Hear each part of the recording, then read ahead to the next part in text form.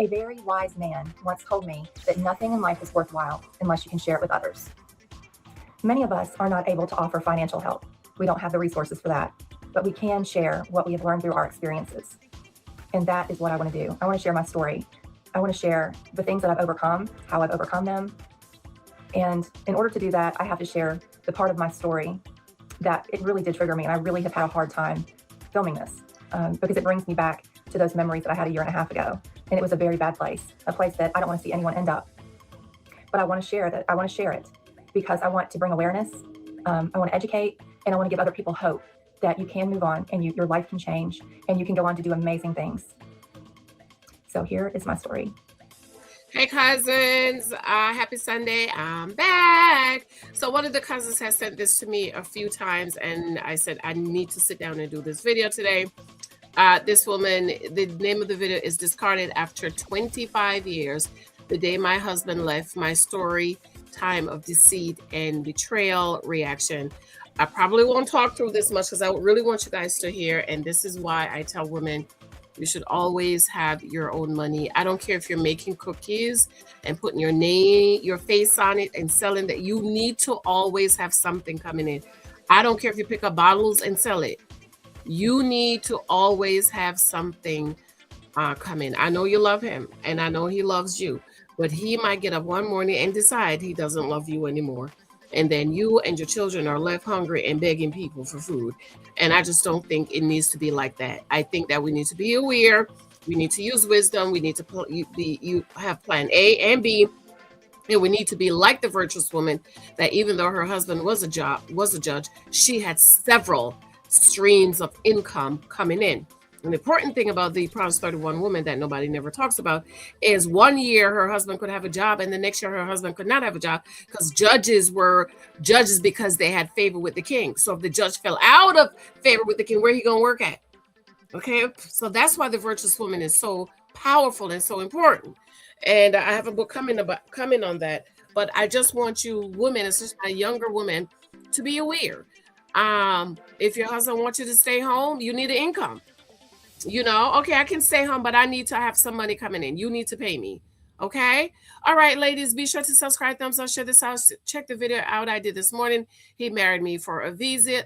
Leave a comment, hype this video up, share it out, share it to your friends, your family, send it via email, and let's talk about it in the comments. And I did speed it up, added a little bit of music for copyright protection, and let's go. December the 2nd, 2018. I had a birthday party for my husband. I invited all of his employees, their girlfriends, their wives, my husband's best friend, best friends. And I had spent 3 days cooking and cleaning, decorating to get ready for this party.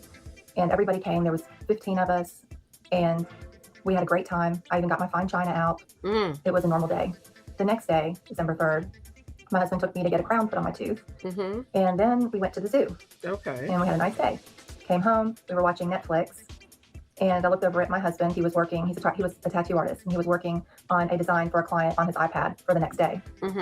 His mom was in really poor health, and I thought that, you know, maybe that's why he was being extra quiet. And I asked him if everything was okay. Okay. And he just really didn't say a whole lot. And I said, "Are you sure you're okay?" And he goes, "I don't want to be married anymore. I want a divorce." What? I thought he was. Wow. Wow. Isn't that crazy? I don't want to be married anymore. I want a divorce. It is sad that when women divorce, they've been thinking about it for 4 to 5 years. I don't know if that's the same number for men. Okay? So you heard what she said.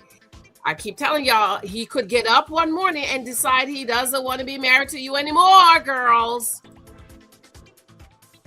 Kidding. I thought he was joking. We had just gotten back from Orlando. We had like 5 trips this year. You know, I couldn't wrap my head around what he was saying. I literally thought he was kidding. And then I realized that he wasn't kidding. Wow. My oldest daughter, who was 24 at the time, worked as an apprentice and an assistant, his personal assistant at the tattoo shop. He fired her from her job because she was afraid that she was going to get into his records and that I was going to ask her to spy on him for me. Wow. That never happened. I would never ask my children to spy for me. Within the next coming weeks, my health insurance. He deliberately canceled my health insurance.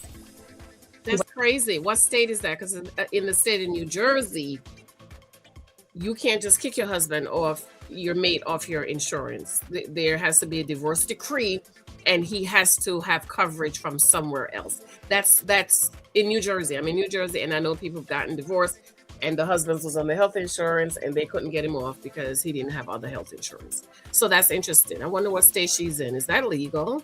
Wasn't sending me any money, and I didn't know where my next meal was going to come from.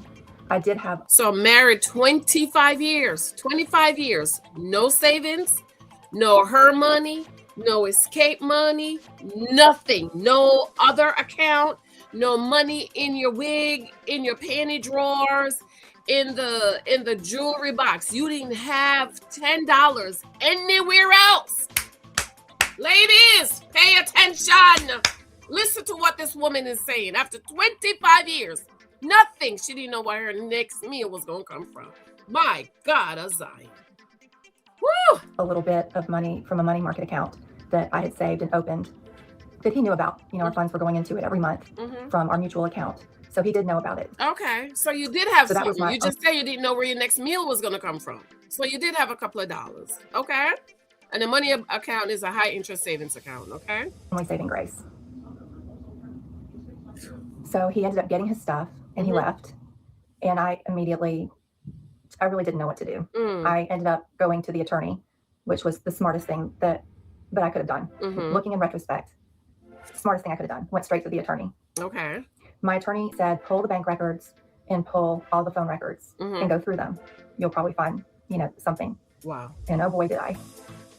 That it just went downhill from there. Wow. What I found, I'm not going to go into a lot of detail, but I'll say that there was thousands and thousands of dollars of indiscretionary spending. I don't even know if that's the right word for it.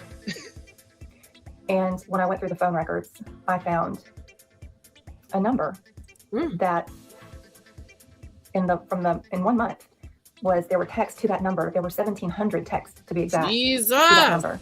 So I looked up what number it was, and I realized that it was one of his female clients. A female client that I had been at the shop while he tattooed her and sat and talked to her while she was being tattooed. So she knew that we were married. And I still couldn't wrap my head around it at all.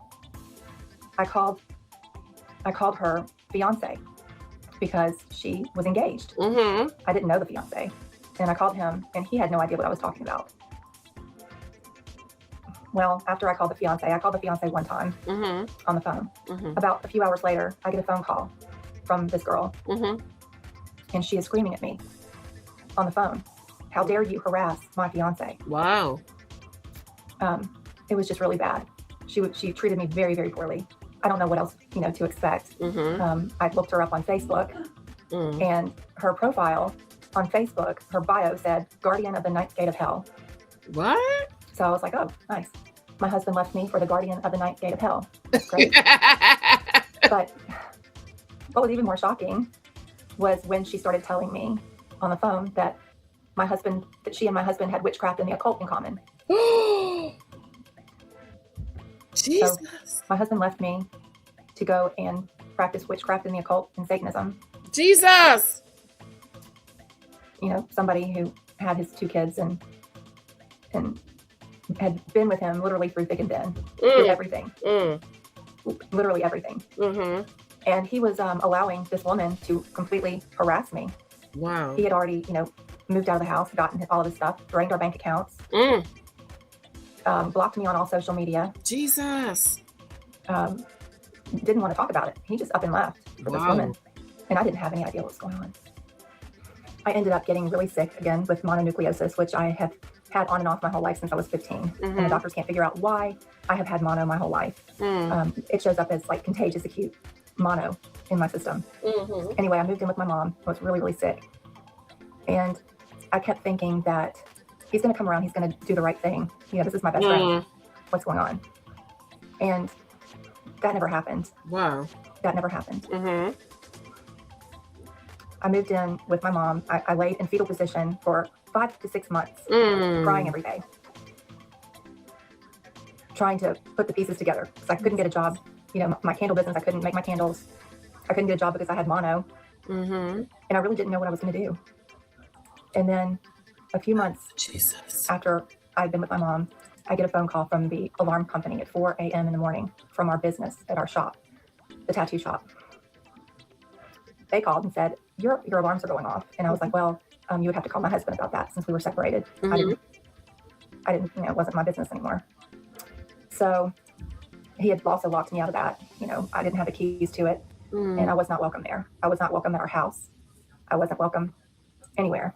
The house belonged to his parents. It used to be his grandparents' house. Jesus. And we were renting it from them. And I'll back up a little bit. And so he even put her out of the house. Where's my other picture? Where's my funky face picture? He put her out the house. Can you imagine? After 25 years.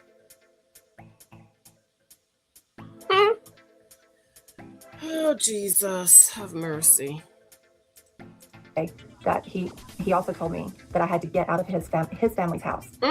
Even though when we were first married, my father had bought us a house and he had put it in my name, but I still consider that to be our house. And my husband was fine living in my family's house for 10 years that we lived in that house before we sold it. He was fine with that. But here I was, you know, homeless, and I had to get out of his family's house. So that's why I was no longer able to live there anymore. Jesus. Anyway, so the alarm company calls. I tell them, call my husband, and I hang up. And then a few minutes later, I get about 4 texts in a row.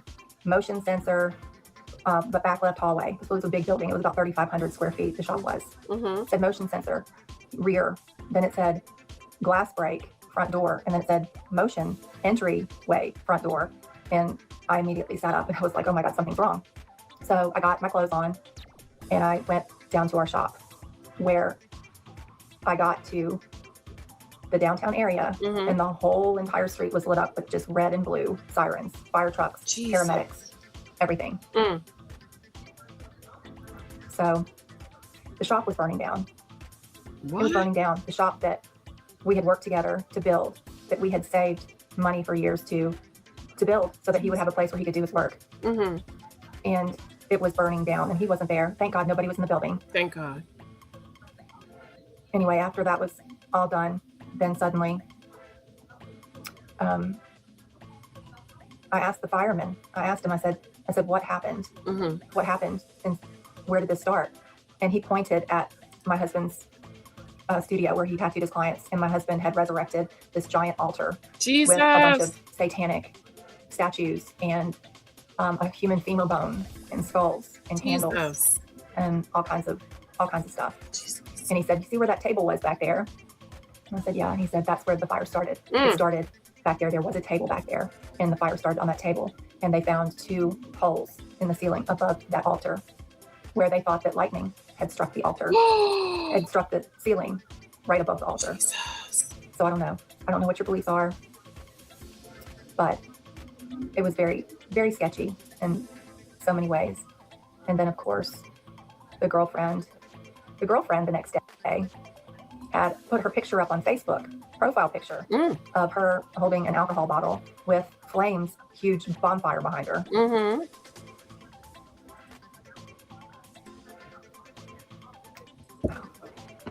Okay, so what I took away from all of that in the end of that chapter of my life, what I took away was that you never really know someone 100%. And that you should never that you should never financially depend on someone else, that you should always be self-sufficient. 100%. At all times in your life. You should always know where your money is and where it's being spent, how it's being used. You have to take responsibility for yourself because nobody else is going to do it for you. Yes. No one is going to do it for you. If you take one thing from this video, know to be responsible for yourself and for your actions. Because you cannot and will never, ever, ever be able to control the actions of other people. Okay. Well, that was a lot. And that's all I've got for right now. But please leave any questions or comments down below Well, we of thank what you you. would like for me to talk about. We thank you I for want to close sharing. that chapter of my life, but I want to share some lessons that I've learned in that chapter of my life, what I took away from it, and how I moved forward. Thank you so much for you guys that have supported me and subscribed to my channel. I appreciate you so much, and just so much love. Thank you. Thank you for sharing that with us, because that can help a lot of women, especially for the younger women who are coming up, who wants to get married, want to be stay-at-home moms, and want to totally depend on your husband. Don't do it. I'm not saying not to. I depend on my husband. I've been married, we'll be married 13 years. My husband paid every bill in this house, mortgage, taxes, insurance, the car note, little Michael's school fees. He buys the food, my husband is our sole provider, but I still work. And people say, I'm surprised you're still working. I say, yeah, I'm putting in my time, and I will be retiring early, and I will be walking away with my pension and my retirement account, and I have a Roth, and I have savings and investments and all of those things, because as much as I love my husband, and I know Mike loved me, and he loved our marriage, and he loved these kids, as much as that, he might get up one morning and say he don't love me and the kids and want a divorce. You heard what this woman just said. And I did the video, and a lot of people was in their feelings, was all upset and stuff like that. Well, here's the proof. Always have some. Even when I retire, ladies, even when I retire, I will have my pension. I will have my 457. I have my savings or investments, everything. And I'm over all the money. My husband don't even know what he got. I'm in control of everything. I have all the logins and the account numbers and everything. So I am so thankful for this woman. What was her name again? That shared her story with us, so that you can see that there are Jennifer Fontaine. Jennifer Fontaine. We thank God for Jennifer Fontaine for sharing her story, and the whole prayerful that the Lord will restore her 100-fold in Jesus' name. But that was just proof, ladies, that you do not depend on a man. Most marriages don't even make it 25 years, much less to be with a man for 25 years and then he leaves you. Okay. So comment below. What do you think about this? If there are any videos you want me to react, send it to my Instagram, or Instagram is best. I check it ever so often. I love you. What do you think about this story? And how do you feel about me saying always have someone, do not depend on him 100%? And I had an African girlfriend that said, never love your husband with 100% of your heart. Love him with 95%, so you could have that 5% left to see what he's doing, and so you can see. If you want to show me love and support, you can join my membership. Thank you for their super chat. Oh, I haven't had super chats in forever. Oh, thank you, Jesus. As hard as I work on YouTube and do videos, I cannot tell you the last time I got a super chat. It has to be like about 4 or 5 years since somebody gave me a super chat on YouTube. So I think I had 3 super chats today. I thank you. That's a way for you to be a blessing to me. PayPal me, Zelle me, pick up my books. Go back and live in a 5-star glory review. No, people might say you don't need it, but that's not the point. If you plant a seed, you will get a harvest. Okay. So I appreciate those of you sending me love and support. Okay. I love you. Talk to you later. Bye.